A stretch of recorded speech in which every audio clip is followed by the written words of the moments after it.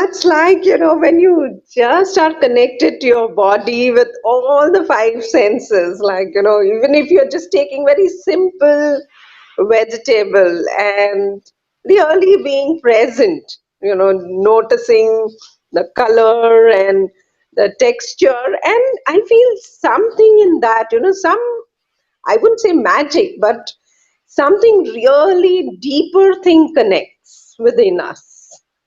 And that kind of really, when you are really eating it and not gulping it, but you be being very present with whatever you're eating. And that aspect, I don't know, a different dimension probably comes up, and a sense of nourishment is what follows. Whenever I facilitated the mindful eating sessions or kind of, led my clients through this, at the end, not even the end product, but just what they derive is a sense of nourishment and a connectedness. So are you saying I'm not that saying that, mindful eating will always bring a sense of calm and peace and nothing like that. Sometimes you may be like, really in the midst of, oh, what is this happening? And there you go in for your favorite, whatever it is, a chocolate, ice cream, or, some savory. And so if you are a mindful eater, you will just, okay, now this is what, and then your attention just goes to that. And so rather than just taking a fistful, maybe you will just take one slice or one bite of that, you know. So I find that is, so there's no tell you, oh, you don't have to eat so much and all. It's all self-referral. So you are making the choice because this is your valued direction, in terms of how you want to eat, what kind of, I mean, what journey. Most of us come onto this path because we want to go. more It about that? doesn't. It doesn't. Like, I would just interrupt you. And so we had our teacher, meditation teacher, Jetsumna, from the nunnery in the Himachal. And what she said, I mean, we had the Dhamma talks for 2 days. And what really the takeaway home message for me was that mindfulness is like salt in curry. That's what she said. And that's so very, I mean, it just kind of gels so much with what mindfulness eating is also all about.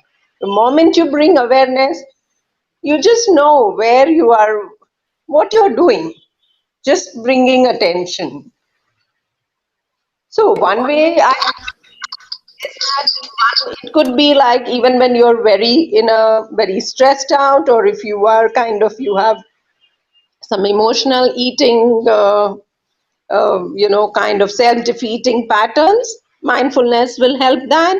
And also that, that sense of nourishment, which I find that in today's world, one is quite disconnected from everything. And there is that inherent sense of nourishment which a human being wants. So that these are the resources which are available to us, just to have that sense of connection and nourishment with the food, with the nature, and with oneself.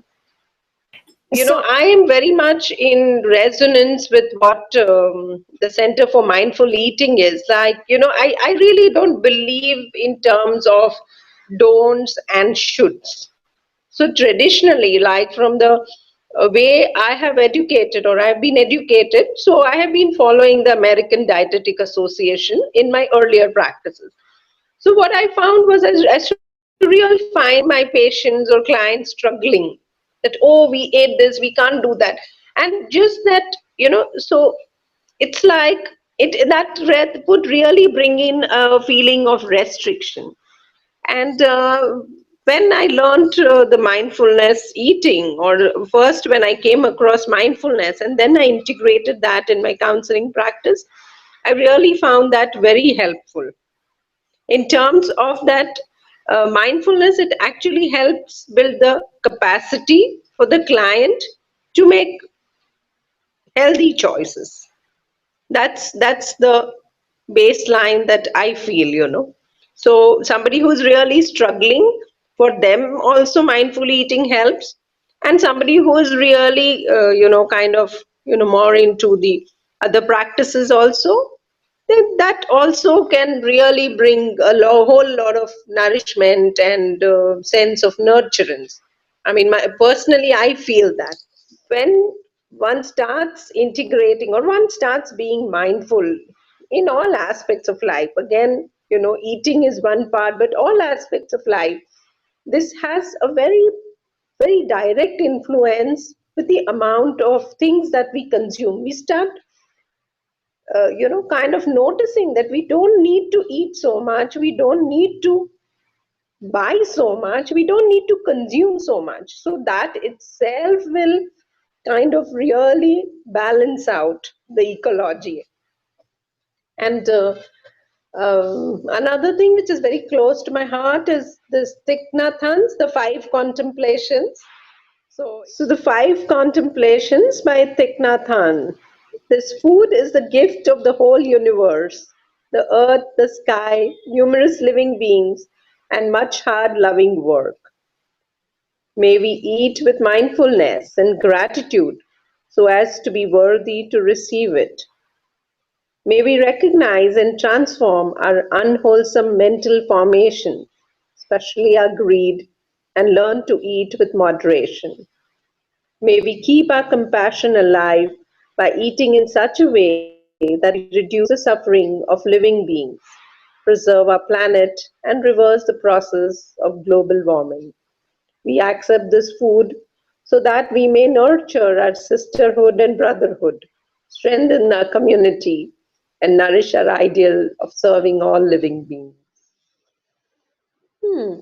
Oh, I would like to, kind of say mindfulness is salt in curry. That's my teacher's message, and I really, it kind of really resonates with me, or it kind of, it's a reminder for me. Curry could be, life, and one can just go through life, being very unconscious. And if you like, when you are eating a curry and there's no salt in it, it won't taste good. Hmm? There's no flavor to it. That zing. So mindfulness, when you are being mindful in your daily lives, whatever activities you're doing, not doing, mindfulness is that flavor to life. Really being awake to whatever is happening and whatever is emerging.